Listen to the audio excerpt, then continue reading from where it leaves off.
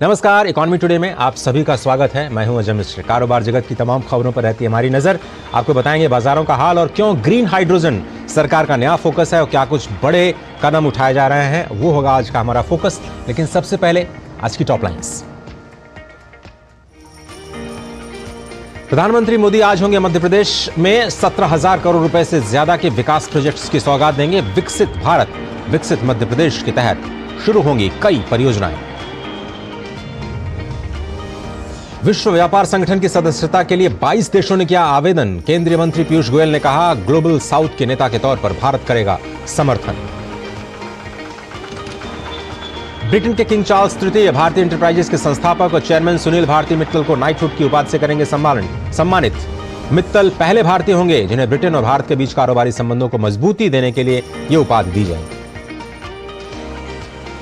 और सप्ताह के चौथे कारोबारी दिन आज गिरावट के साथ खुले भारतीय शेयर बाजार। कल कारोबार के आखिर में लाल निशान पर बंद हुए थे सेंसेक्स और निफ्टी। ये आज की कुछ टॉप लाइन्स, इस पर हमारी रहेगी नजर। लेकिन आपको याद होगा कि पहले केरल, तमिलनाडु, मध्य प्रदेश और उसके बाद अब मध्य प्रदेश की बारी है। आज प्रधानमंत्री होंगे मध्य प्रदेश में और किस तरह से आज वहां पर परियोजनाओं की शुभारंभ किया जाएगा उस पर हम आपको ले चलेंगे। लेकिन आपको बताएं कि आज वीडियो कॉन्फ्रेंसिंग के माध्यम से विकसित भारत विकसित मध्य प्रदेश इस कार्यक्रम को प्रधानमंत्री संबोधित करेंगे और मध्य प्रदेश में 17,500 करोड़ रुपए से ज्यादा की कई विकास परियोजनाओं की आधारशिला रखेंगे, साथ ही साथ राष्ट्र को भी समर्पित करेंगे। इन परियोजनाओं में सिंचाई, बिजली, सड़क, रेल, जल आपूर्ति, कोयला, उद्योग सहित कई महत्वपूर्ण क्षेत्र शामिल हैं। प्रधानमंत्री मध्य प्रदेश में साइबर तहसील परियोजना का भी शुभारंभ करेंगे। प्रधानमंत्री मध्य प्रदेश में 5,500 करोड़ रुपए से ज्यादा की सिंचाई परियोजनाओं का शिलान्यास करेंगे। इन परियोजनाओं में अपर नर्मदा परियोजना, राघवपुर बहुउद्देशीय परियोजना और बसनिया बहुउद्देशीय परियोजना शामिल है। पीएम मोदी 2,200 करोड़ रुपए से ज्यादा की लागत से निर्मित 3 रेलवे परियोजना को भी राष्ट्र को समर्पित करेंगे।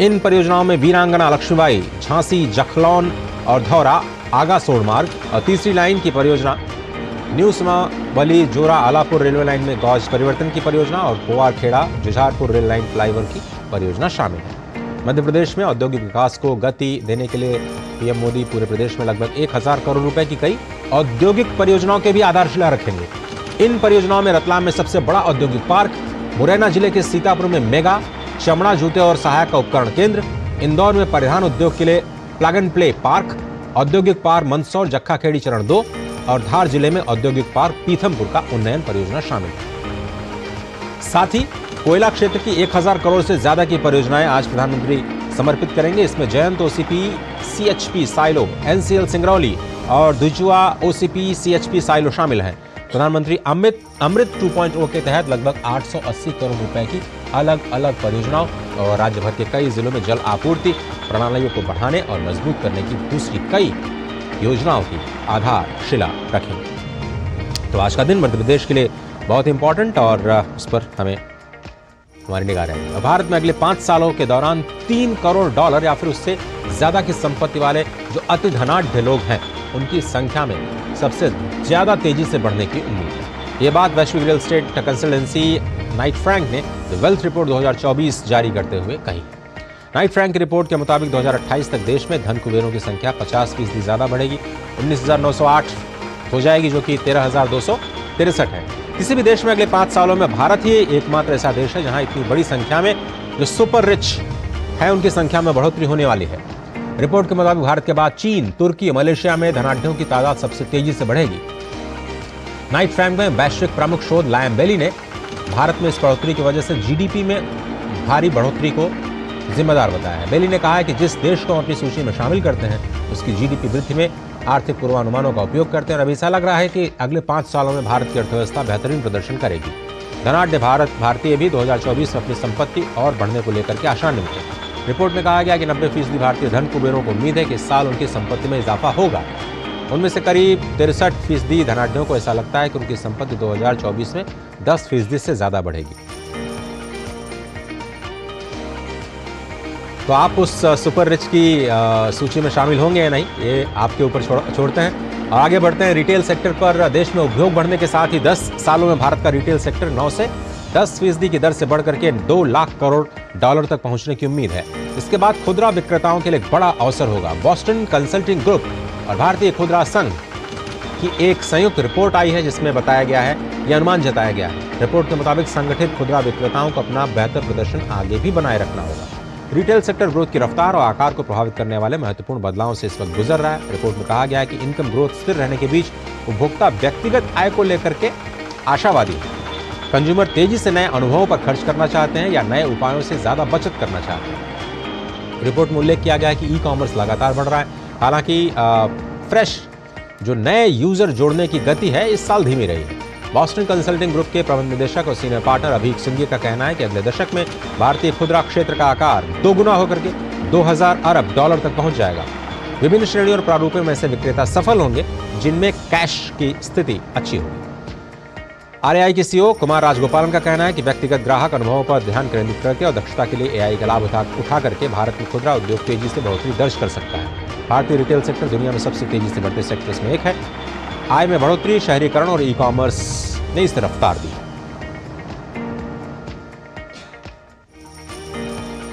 ब्रिटेन के किंग चार्ल्स तृतीय भारतीय एंटरप्राइजेस के संस्थापक और चेयरमैन सुनील भारती मित्तल को नाइटहुड की उपाधि से सम्मानित करेंगे। मित्तल पहले भारतीय होंगे जिन्हें ब्रिटेन और भारत के बीच कारोबारी संबंधों को मजबूत बनाने के लिए उपाधि दी जाएगी। ब्रिटेन के मंत्रिमंडल ने बुधवार को मानद ब्रिटिश पुरस्कारों की सूची जारी की। इसमें मित्तल को ब्रिटिश साम्राज्य के सबसे उत्कृष्ट सम्मान के तहत केबीई ब्रिटिश साम्राज्य का नाइट कमांडर इस उपाधि से सम्मानित किया गया है। सुनील भारती मित्तल का कहना है कि वो किंग चार्ल्स की ओर से मिले सम्मान के लिए आभारी। उन्होंने कहा कि ब्रिटेन और भारत के बीच ऐतिहासिक संबंध हैं जो बढ़ते सहयोग के नए युग में प्रवेश कर रहे हैं। मैं दो महान देशों के बीच आर्थिक और द्विपक्षीय व्यापार संबंधों को मजबूत करने की दिशा में काम करने के लिए प्रतिबद्ध हूं।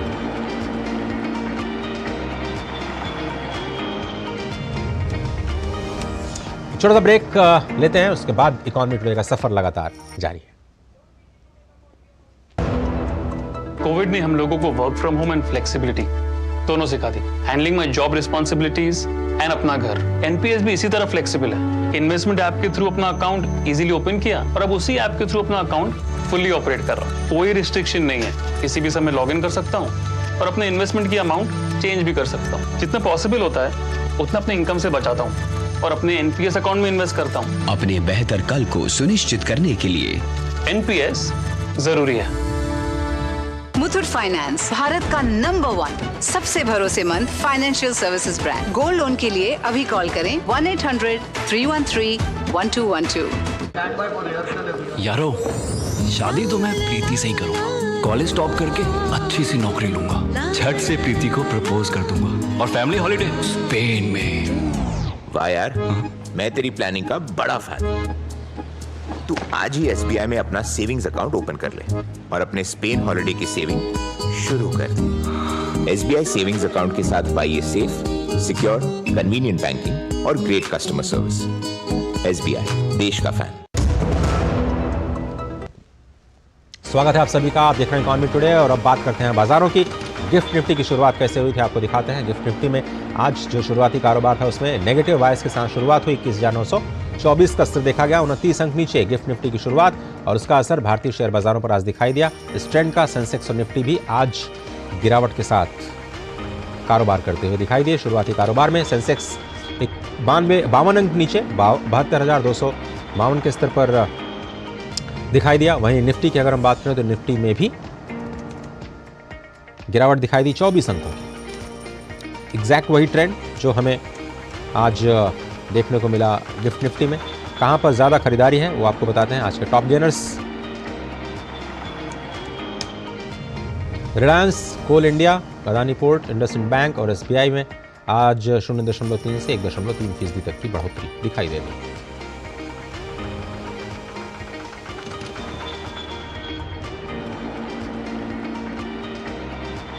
Top losers Bajaj auto, Tata consumers, Cipla, Tata Motors, Britannia. लेकिन वापस आपको बताएं या बाजार पॉजिटिव टेरिटरी में आ चुके हैं। शुरुआती गिरावट के बाद इस वक्त सेंसेक्स 66 अंक ऊपर कारोबार कर रहा है 72,370 के स्तर पर। निफ्टी फ्लैट कारोबार करता हुआ दिखाई दे रहा है। यानी जो शुरुआत हुई थी अब बाजी पलटती हुई दिखाई दे रही है। ग्लोबल मार्केट्स पे चलते हैं। ग्लोबल मार्केट्स की अगर हम अपडेट देखें तो अमेरिकी बाजारों में गिरावट का रुख दिखाई दे रहा है। Dow Jones futures, S&P 500, Nasdaq तीनों ही इंडाइसेस में गिरावट।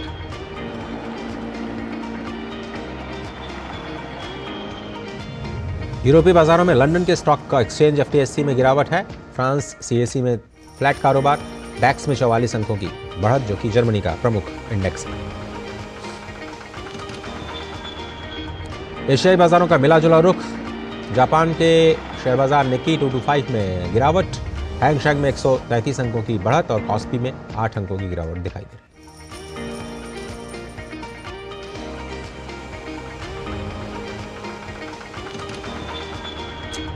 और अब बात करते हैं आज के फोकस।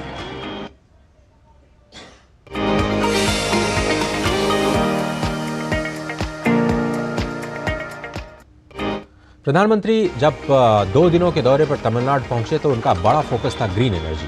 17,000 करोड़ रुपए की विकास परियोजनाओं की सौगात दी और तमिलनाडु के थुत्तुकुडी में विकास परियोजनाओं की जो शुरुआत हुई उसमें कंटेनर टर्मिनल, स्वदेशी हरित हाइड्रोजन ईंधन का सेल का नया जहाज और कई सारी बुनियादी ढांचे की परियोजनाएं शामिल रही। कैसे रहा ग्रीन हाइड्रोजन पर फोकस, आइए आपको दिखाते हैं।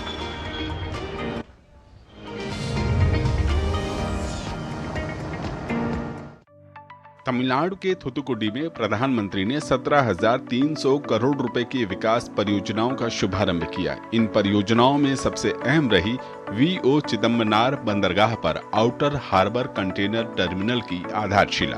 भविष्य में इसे एक ट्रांसशिपमेंट के हब में बदला जाएगा। वहीं एक स्वदेशी हरित हाइड्रोजन ईंधन सेल अंतर्देशीय जलमार्ग जहाज का भी शुभारंभ प्रधानमंत्री ने किया। उन्होंने कहा कि एक और मौजूदा केंद्र सरकार राज्य में हाईवे, मोटरवे और रेलवे को बढ़ावा देकर रोजगार और ईज ऑफ लिविंग को बढ़ा रही है। Desalination plant, green hydro production और बंकरिंग फैसिलिटीज का भी आरंभ हुआ है। इन प्रोजेक्ट से थुत्तुकुडी और तमिलनाडु ग्रीन एनर्जी और सस्टेनेबल डेवलपमेंट का एक बड़ा सेंटर बनेगा। आज दुनिया सुरक्षित भविष्य के लिए जिन विकल्पों की ओर देख रही है, तमिलनाडु उसमें बहुत आगे जाएगा। इसके अलावा पर्यटन को बढ़ावा देने के लिए देश के 10 राज्यों, केंद्र शासित प्रदेशों में फैले 75 लाइट हाउस को भी प्रधानमंत्री ने राष्ट्र को समर्पित किया। अनुज यादव के साथ ब्यूरो रिपोर्ट, DD न्यूज।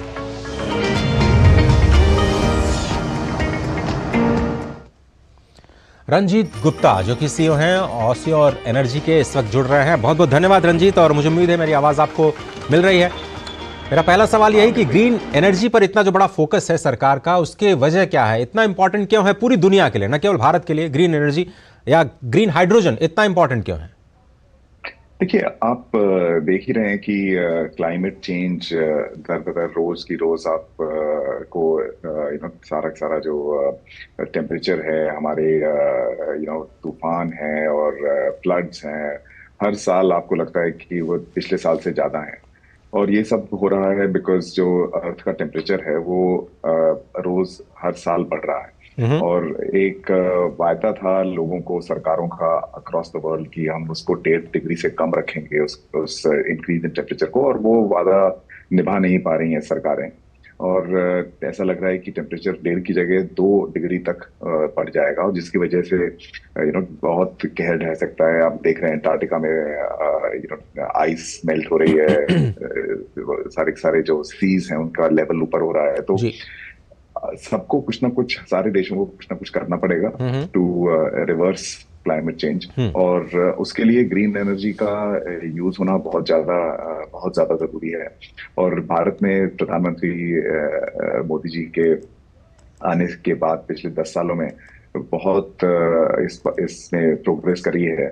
और विश्व में एक्चुअली अगर आप देखें तो इंडिया ने सबसे ज्यादा प्रोग्रेस ग्रीन एनर्जी में पिछले 10 सालों में करी है। बिल्कुल सही बात है रंजीत जी, लेकिन एक चीज हमें ये समझाई कि ग्रीन एनर्जी के तो बहुत सारे सोर्सेज हैं, लेकिन उसमें हाइड्रोजन इतना इंपॉर्टेंट क्या है? और भारत सरकार हाइड्रोजन मिशन लेकर के जो आई है, उसमें हम कितना इक्विप्ड हैं उस मिशन को फुलफिल करने के लिए? जब हम 2030 तक अपने नए लक्ष्य बना रहे हैं प्रोडक्शन के, तो हम लोग कितना तैयार हैं? और हाइड्रोजन क्यों इतना इंपॉर्टेंट है? देखिए, हाइड्रोजन की इंपॉर्टेंस आती है क्योंकि एक तो आप जब अपने जीवन में ईंधन का उपयोग करते हैं तो सिर्फ बिजली का उपयोग नहीं करते हैं, हर तरह से आप ईंधन का उपयोग करते हैं। चाहे आप खाना बनाएं उसमें भी कुछ ईंधन का उपयोग होगा, आप कुछ स्टील यूज करेंगे उसमें भी ईंधन लगता है, आप फर्टिलाइजर अपने जिसमें आप अपनी क्रॉप्स ग्रो होती हैं उसमें भी ईंधन लगता है, आपका जो फ्यूल आता है जिसमें आप पेट्रोल डीजल है उसमें भी आप देखेंगे कि कोई ना कोई यूसेज है कार्बन का। जी, तो जी। इसलिए सिर्फ इलेक्ट्रिसिटी को चेंज करना कि जो जी हाँ हम कोयले से बिजली बना रहे हैं और कोयले से बिजली बनाने की जगह अब हम सोलर और विंड से बिजली बनाएंगे, हाँ, हाँ। वो एक बहुत छोटा पार्ट है आपकी पूरी एनर्जी यूजेज चेन का। जी। तो उसको तो सरकार कर ही रही है। इसके अलावा बाकी जो चीजें हैं जैसे फॉर एग्जांपल आज की तारीख में अगर आप फर्टिलाइजर में देखें तो करीब 2-3 मिलियन टन हाइड्रोजन का यूज होता है। जी, जी। आपका पहले आप नेचुरल गैस लेते हैं जिसमें कि कार्बन होता है, उसमें से आप हाइड्रोजन बनाते हैं, फिर हाइड्रोजन को आप अमोनिया बनाते हैं, फिर अमोनिया से आप यूरिया या डैप बिल्कुल सही बात है। फर्टिलाइजर बनाते हैं। और उसमें आप जो कार्बन आपने जो शुरू में दिया है वो कार्बन आप एटमॉस्फेयर में रिलीज करते हैं। उसी तरह से जब आप अपना जो क्रूड ऑयल है उसको आप रिफाइन करते हैं और डीजल और पेट्रोल बनाते हैं और भारत 4, भारत 5, भारत 6 जैसे जैसे आप आगे बढ़ते हैं इसमें उसमें बेसिकली आप सल्फर को कम करते हैं अपने क्रूड ऑयल में से, और सल्फर को कम करने के लिए आप हाइड्रोजन का उपयोग करते हैं। हाइड्रोजन से आप सल्फर को कंबाइन करते हैं, हाइड्रोजन सल्फाइड बाहर निकल जाता है और आपका जो ईंधन है, जो आपका पेट्रोल है, जो आपका डीजल है, वो ज्यादा शुद्ध हो जाता है। तो हर इन जगह पे हाइड्रोजन का काफी प्रयोग होता है और एक हाइड्रोजन एक ऐसी चीज है जो कि पानी से बनाई जा सकती है और उसमें पीछे अगर आप सोलर और विंड की एनर्जी को यूज करके अगर आप पानी से हाइड्रोजन बनाते हैं तो वो ग्रीन हाइड्रोजन होती है और उसमें कोई कार्बन आप एटमॉस्फेयर में नहीं डालते हैं। हाँ जी, तो एक ये तरीका है। ऐसा नहीं है कि हाइड्रोजन से सारी चीजें हो जाएंगी, बट जिस तरह से आप सोलर और विंड लाकर तो उसमें सप्लीमेंट करेगा, आप कह रहे हैं मेजर सप्लीमेंट करेगा। एग्जैक्टली उसी तरह से आप हाइड्रोजन ला के वो वाला कार्बन रिलीज होने से बचा सकते हैं। लेकिन सर क्या टेक्नोलॉजिकली हम लोग इक्विप्ड हैं इस चीज़ को लेकर के, चाहे ब्राउन फील्ड ग्रीन हाइड्रोजन का प्रोडक्शन हो या फिर ग्रीन फील्ड? आप कह रहे हैं कि पानी से भी बना सकते हैं, तो इसका मतलब दूसरे सोर्सेज भी होंगे हाइड्रोजन बनाने के। तो टेक्नोलॉजिकली हम कितने इक्विप्ड हैं इसको हार्नेस करने के लिए? देखिए, जो ग्रीन हाइड्रोजन जिस इलेक्ट्रोलिसिस टेक्नोलॉजी की बात कर रहे हैं वो 1800 में इजाद हुई थी, तो 200 साल पुरानी टेक्नोलॉजी है हाइड्रोजन को बनाने की पानी से। और आज की तारीख में भी इलेक्ट्रोलाइजर जो कहते हैं कि इलेक्ट्रोलाइजर से आप पानी को बिजली लगा के आप पानी को तोड़ सकते हैं और उसमें हाइड्रोजन और ऑक्सीजन अलग अलग कर सकते हैं, वो आज भी वर्ल्ड वाइड यूज होता है। जहां पे भी आपको हाइड्रोजन की जरूरत है और वहां तक आप नेचुरल गैस नहीं ले जा सकते। तो इसलिए ये टेक्नोलॉजी पुरानी है। अमोनिया की टेक्नोलॉजी, अगर आप अमोनिया में ग्रीन अमोनिया बनाना चाहते हैं तो हाइड्रोजन उसके अंदर जाता है और अमोनिया तो वही अमोनिया है। जी जी। और रिन्यूएबल एनर्जी जो है सोलर और विंड, वो भी अब आप 10 साल से आप सोलर और विंड बना रहे हैं। तो इसलिए इसमें कोई टेक्नोलॉजी का कोई रिस्क, ग्रीन हाइड्रोजन बनाने में कोई टेक्नोलॉजी का कोई रिस्क नहीं है। लेकिन जो टारगेट्स हमने रखे हैं उनको प्राप्त करने की कैपेसिटी है, क्योंकि कैपेसिटी एक बड़ा चैलेंज किसी भी सेक्टर में हमारे देश के लिए है। तो उतने स्किल्ड मैन पावर हैं क्या, उतनी कंपनियां रेडी हैं क्या? आप चलिए 8 कंपनियों को आपने दे दिया इलेक्ट्रोलाइजर बनाने के लिए, शायद अभी प्रोडक्शन के लिए आपने 10 कंपनियों को इसी जनवरी में आपने वो टेंडर्स दिए हैं। लेकिन क्या जो लक्ष्य हमने 2030 तक बनाया है, 2070 तक नेट जीरो का, उस पर हमारी कैपेसिटी यूटिलाइजेशन है उतनी? आप मेरे साथ हैं रंजीत जी? जी जी। हाँ, मैं हूँ। तो मेरे हिसाब से जो सरकार का लक्ष्य है 5 मिलियन टन का हाइड्रोजन का, वो बहुत ही एम्बिशियस है। और इस समय हाइड्रोजन महंगा है। तो जो आप कन्वेंशनल हाइड्रोजन, जो ग्रे हाइड्रोजन जिसे कहते हैं, उससे ग्रीन हाइड्रोजन महंगा है। तो लेकिन एक जो शुरुआत की है सरकार ने, वो बहुत ही अच्छी शुरुआत है। जी जी। और जो फोकस आप देखते हैं प्रधानमंत्री का भी, मिनिस्ट्री ऑफ पावर का भी, मिनिस्ट्री ऑफ रिन्यूएबल एनर्जी का भी, और जो सपोर्टिंग मिनिस्ट्रीज हैं जैसे मिनिस्ट्री ऑफ स्टील है, मिनिस्ट्री ऑफ केमिकल है, ministry of oil and natural gas है, उन सबका सपोर्ट इसमें बहुत है। तो हो सकता है हम 5 मिलियन ना कर पाए, हो सकता है हम 2 कर लें, 3 कर लें, 4 कर लें, लेकिन एक लक्ष्य जो है, जैसे प्रधानमंत्री ने 500 गीगावाट का लक्ष्य रखा था, 175 गीगावाट का लक्ष्य रखा था, जब तक हमारा लक्ष्य एक ऐसा नहीं होगा जो कि एम्बिशियस है, तो फिर हम आगे बढ़ेंगे ही नहीं। अब जैसे आपने बताया दिसंबर जनवरी में एक तो इलेक्ट्रोलाइजर मैन्युफैक्चरिंग का और एक हाइड्रोजन के लिए दोनों साइट टेंडर का हो गया। पहले जो किस्त है वो तो हो गई जी। अब 1-2 किस्तें और होनी है, इस साल में अगले साल में हो जाएंगी। तो बढ़ावा तो मिलता ही है और हमें उस रास्ते पे तो चलना ही है। रंजीत जी बहुत धन्यवाद, वक्त मेरे पास इतना ही है। फिर किसी दिन डिटेल में जाएंगे और बात करेंगे अलग अलग सेक्टर्स में, खासतौर पर ट्रांसपोर्टेशन में जो गडकरी साहब इतना प्रमोट कर रहे हैं कि हाइड्रोजन बेस्ड हम ट्रांसपोर्टेशन करेंगे, उस पर हम चर्चा करेंगे। बहुत धन्यवाद वक्त निकालने के लिए। और अबू धाबी में विश्व व्यापार संगठन के 13वें मंत्री स्तरीय सम्मेलन में वाणिज्य मंत्री पीयूष गोयल ने निष्पक्ष और न्याय सम्मत सिद्धांतों के प्रति भारत की प्रतिबद्धता दोहराई है। उन्होंने कहा कि विश्व व्यापार संगठन के लिए सभी निर्णयों में भारतीय किसानों और मछुआरों के सर्वोत्तम हितों को प्राथमिकता मिलनी चाहिए। सतत विकास लक्ष्यों के अनुरूप गरीबी उन्मूलन, जीवन की गुणवत्ता बढ़ाने और सभी भारतीयों के जीवन सुगमता में सुधार लाने के लिए इन फैसलों की आवश्यकता को रेखांकित किया। उन्होंने कहा कि विश्व व्यापार संगठन के निर्णय भारत के अमृतकाल में मजबूत और तेज विकास को बढ़ावा देने के लक्ष्य में प्रेरक होने चाहिए। उन्होंने कहा कि 22 देशों ने WTO सदस्यता के लिए आवेदन किया है। भारत ग्लोबल साउथ के नेता के रूप में उनका समर्थन करेगा। India stands on strong principles of fair play, justice, and wants to ensure that all decisions taken at the WTO are keeping in mind the best interests of India's farmers, India's fisher folk, and ensures that our work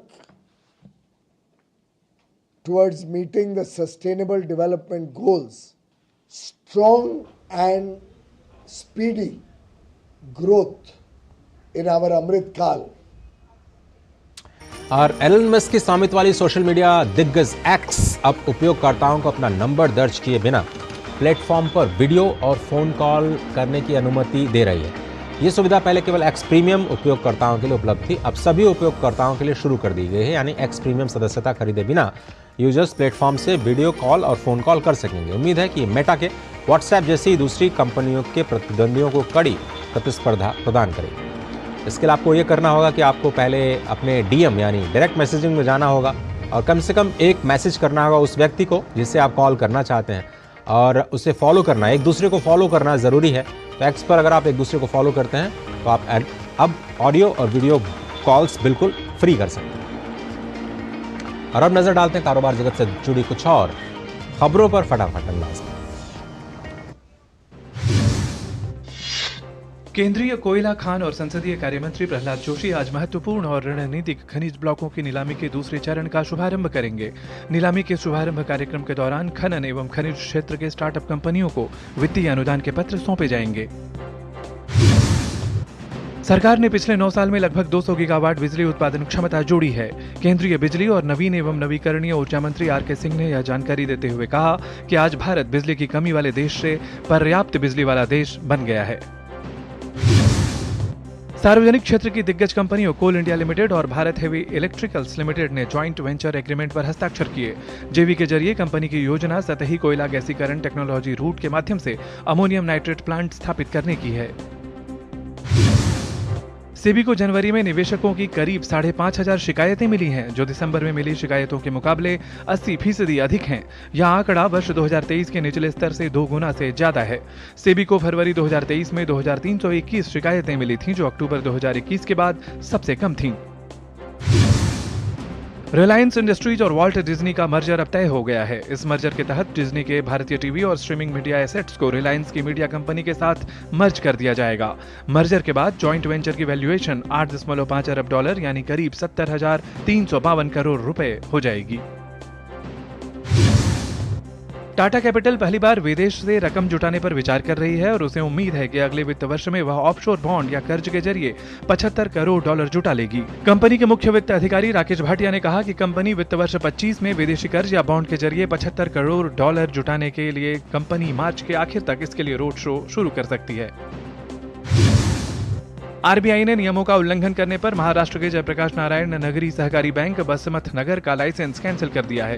केंद्रीय bank ने यह फैसला लेते हुए बताया कि bank खाता धारकों को पूरा पैसा वापस करने की स्थिति में नहीं है। बैंक का लाइसेंस 6 फरवरी 2024 से ही खत्म कर दिया गया है। तो इकॉनमी टुडे के आज के इस अंक में फिलहाल सिर्फ इतना ही। डीडी न्यूज पर खबरों का सिलसिला लगातार जारी है। दीजिए इजाजत, नमस्कार।